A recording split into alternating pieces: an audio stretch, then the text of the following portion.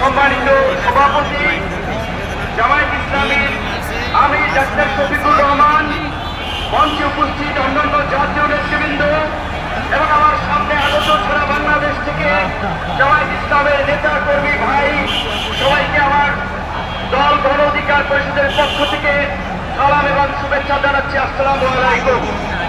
প্রিয় বন্ধুগণ, আপনাদেরকে একটি কথা স্মরণ করিয়ে দিতে চাই, আপনারা যদি ইসলামী রাজনীতি করেন, ইসলামী মূল্যবোধকে সামনে রেখে কথা বলেন, নিশ্চয়ই আপনারা জানেন আল্লাহ তাআলা মানুষকে ধন সম্পদ এবং ক্ষমতা দিয়ে এবং নিয়ে পরীক্ষা করে।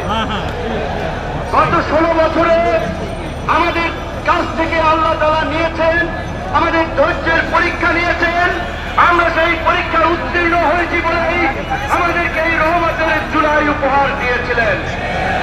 সেই জুলাইয়ে আমরা বাংলাদেশের মানুষের উপরে চেপে থাকা দৈত্য দানবের মতো 16 বছরের ফাঁসিবাদকে পরাজিত করেছি।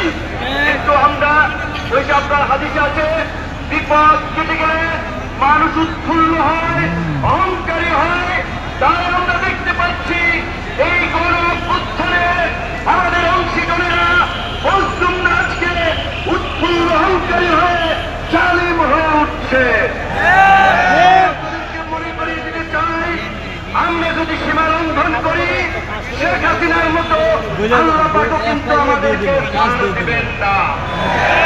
আজকে যেই ছাত্র জনতার সংগ্রামের মধ্য দিয়ে যেই রক্ত বন্টনের বিনিময়ে আমরা ঐতিহাসিক পরিবর্তন পেয়েছি, এই পরিবর্তনকে টেকসই করার জন্য আজকে বাংলাদেশের মানুষ যে শাসনতান্ত্রিক এবং সরকার ব্যবস্থার পরিবর্তনের আওয়াজ উঠিয়েছে, সরকারকে বলতে চাই সেই শাসনতান্ত্রিক ব্যবস্থার মৌলিক পরিবর্তন না করে আপনারা নির্বাচনের দিকে আসবেন না।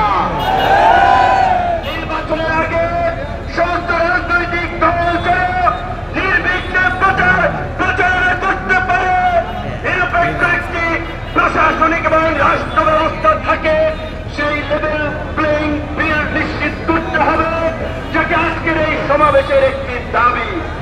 একই সাথে আমরা বলতে চাই, গত এই 11 মাস ধরে স্থানীয় সরকারের কোন জনপ্রতিনিধি নেই, মানুষের একটা চরম ভোগান্তি।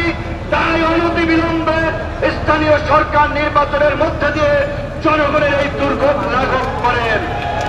আমার ভাই, আমার সহকর্মী, সহযোদ্ধা বন্ধু জাহিদুল ইসলাম বলেছে, আমিও তার সাথে একাত্মতা পোষণ করে বলতে চাই, অনেকেই আমাকে ইয়ার্কি করে বলে, ভাই ডাকসুর চাবি কি আপনি নিয়ে গেছেন নাকি?